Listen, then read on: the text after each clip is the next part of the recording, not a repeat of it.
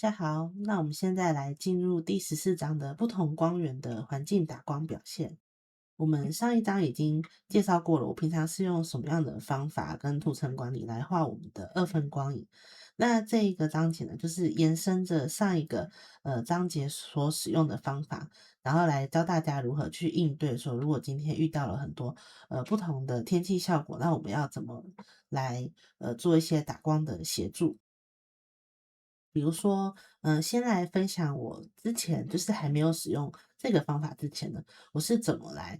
做一些光，就是那種比如說夕陽午後或者是天色陰暗的這種的場景效果。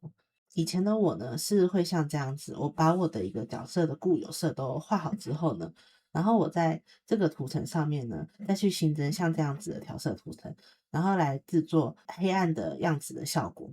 但是呢，我那個時候其實並沒有很滿意這樣子的畫面表現，因為我覺得看起來很像是在白天照的圖，然後只套了一層玄色的濾鏡，看起來有一點不自然。因為如果我們今天真的是處在一個可能偏藍或偏暗的光源裡面的時候呢，那我們的陰影色呢，它應該也要是偏藍色調或者是粉色調，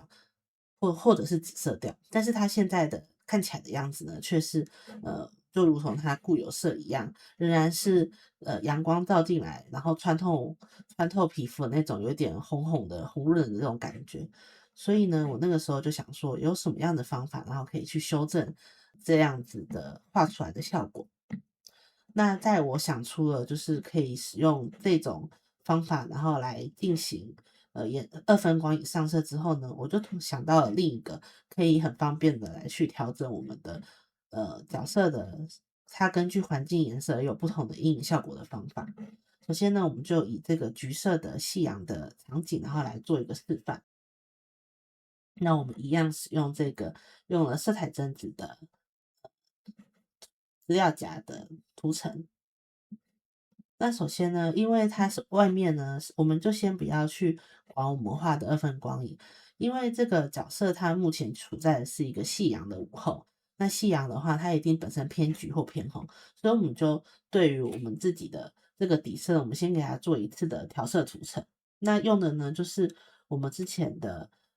章節裡面有教大家的，看你是想要用色調曲線或者是色彩平衡都可以。那我們就先使用色調曲線來進行示範。那因為夕陽的話，它的光會偏弱，所以我們可能整體的亮度呢，我們先把它拉低一點。然後我們再切到紅色面板，它應該紅色系會提高，然後藍色面板它的那個黃色系會提高，所以我們藍的呢就往下拉一點。然後呢，我們回到 RGB 面板這邊，它的白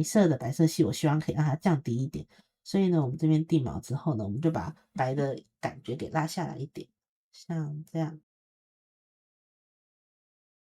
這樣它的襯衫看起來就比較不會這麼的過白。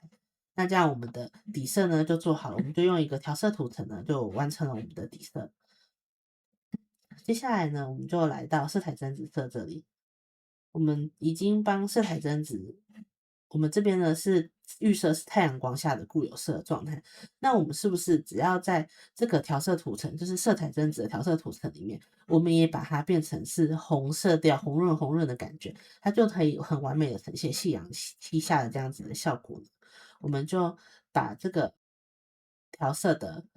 圖層，我們一樣給它來新增一個色調曲線。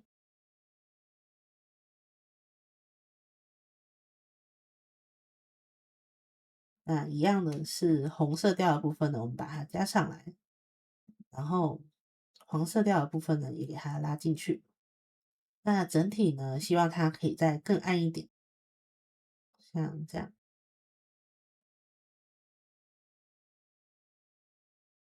那大家可以看一下這個畫面，我們只是很簡單的做了兩個色調的補償圖層的修正之後呢，我們原本的太陽光的，它是適合太陽光的效果呢，就突然的一瞬間呢，就變成了是適合午後的這樣子的感覺。那這個方法呢，就是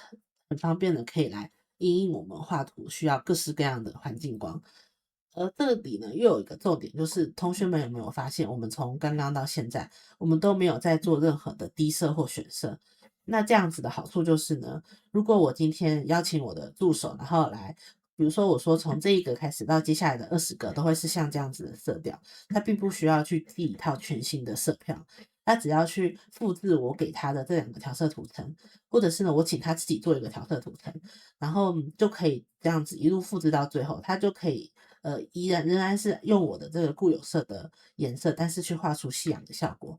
那如果今天是助手他自己做了一個調色圖層，然後讓我來檢視的話，我也可以很快速的，就是根據這樣子的調色狀態來修整出我自己最想要的樣子。甚至是呢，如果我今天比如說今天畫稿畫到一半的時候，我還來不及，就是在這個調慢稿裡面跟他說我這個的陰影要是什麼樣子，我就會點開這個檔案，然後就會像這樣子，我就會把我想要的光影，就是都用這個作為示範，然後進行繪製。我就會說第10回開始請這樣上光影，然後呢第幾回開始呢請用這裡的光影，這樣他就只需要去複製我的這些綠色的調色，那包括背景的調色我也都會一併的把它放進去。這樣呢，他們就可以很輕鬆、很快速的知道說，哦，我想要的顏色的感覺是什麼，並且呢，這些顏色他們都不會再需要進行任何的色票的調整。那這樣子可以做的，畫面的差別的程度呢，會比想象中的大。那我們再多做幾次的示範，跟陪同學一起來看一下，到底可以做出什麼樣的效果。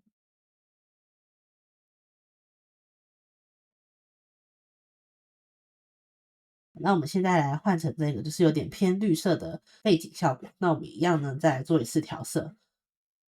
那我們這次改用色彩平衡的方式來進行。那綠色的話呢，不外乎就是要先把綠色調給加進去。我們現在是中間色調的部分，然後我們的亮色調呢，我們也把綠色給加進去。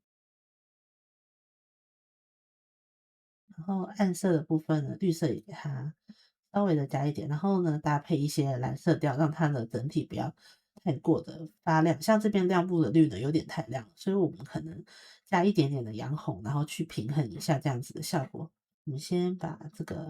關掉，稍微看一下。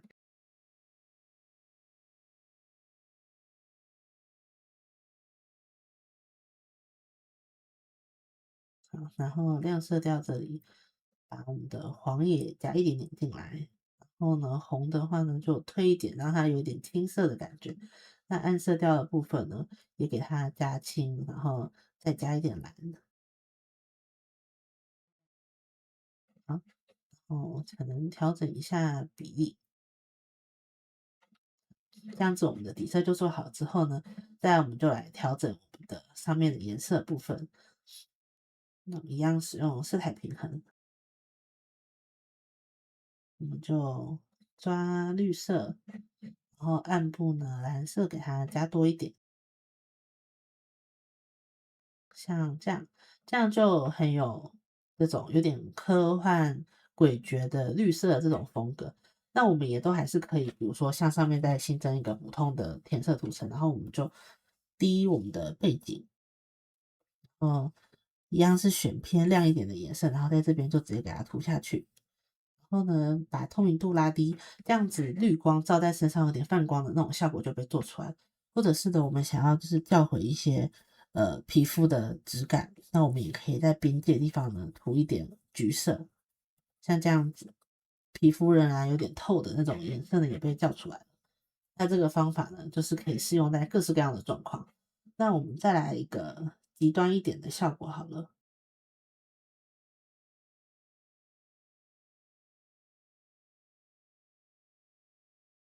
不知道有沒有同學有知道那種就是完全是聚光燈的感覺，就是背景全黑，但是我們的人物身上會打了一道聚光燈，然後看起來會特別的亮，但是暗處的時候又特別暗的那樣子的效果。那我們也來給它重現一次試看看。那背景弄的背景呢就會特別的暗，然後人物呢則是會。